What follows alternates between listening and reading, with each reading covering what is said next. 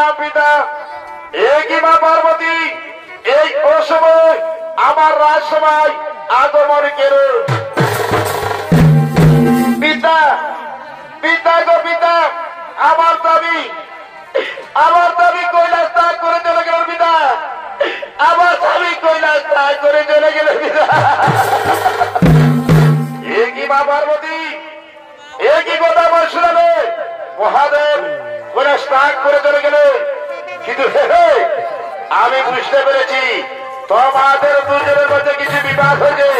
বলো বলো আমার খুলে বলো কেন কেন মহাদেব কৈলাস ত্যাগ করে চলে গেলেন পিতা পিতা গো পিতা কৈলাসে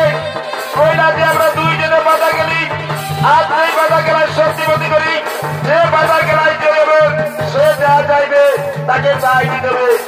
আর সেই বাধা গেলায় আমি হয়ে যাই তাই আমি স্বামীর কাছে চেয়েছিলাম তার মস্তকের জন্য গোলাপ স্বর্প মোতারাদের রুদ্রাক্ষ মালা পিতা পিতা আমি আরো চেয়েছিলাম পিতা তার 15 বছর আর এই যে আমাদের পিতা তাই আমার দাবি কৈলাস ত্যাগ করে চলে গেল পিতা আমার দাবি কৈলাস ত্যাগ করে চলে গেল পিতা একই মা পার্বতী এ তোমার অসভ্য যাওয়া এ যাওয়া তোমার উচিত হয়নি যাও এই রাজবাড়িতে তোমার ঘরের সাথে এই রাজবাড়িতে তুমি যাও তোমার যাবি মুখ দোষণ করে যাই না ওই আমার মন্ত্রী সেনাপতি সেনাপতি যাও যাও এই পার্বতীকে রাজপতিকে এই রাজপতিকে বিতাড়িত করে দাও তারা পিতা আমায় বিতাড়িত করতে হবে না পিতা আমি চলে যাচ্ছি পিতা তাই যাবার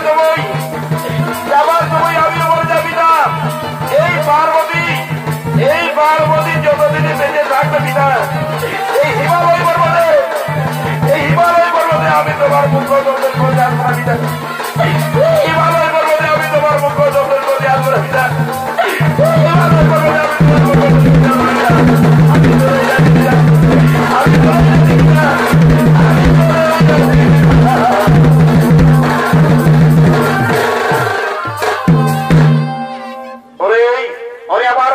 সেনাপতি সেনাগর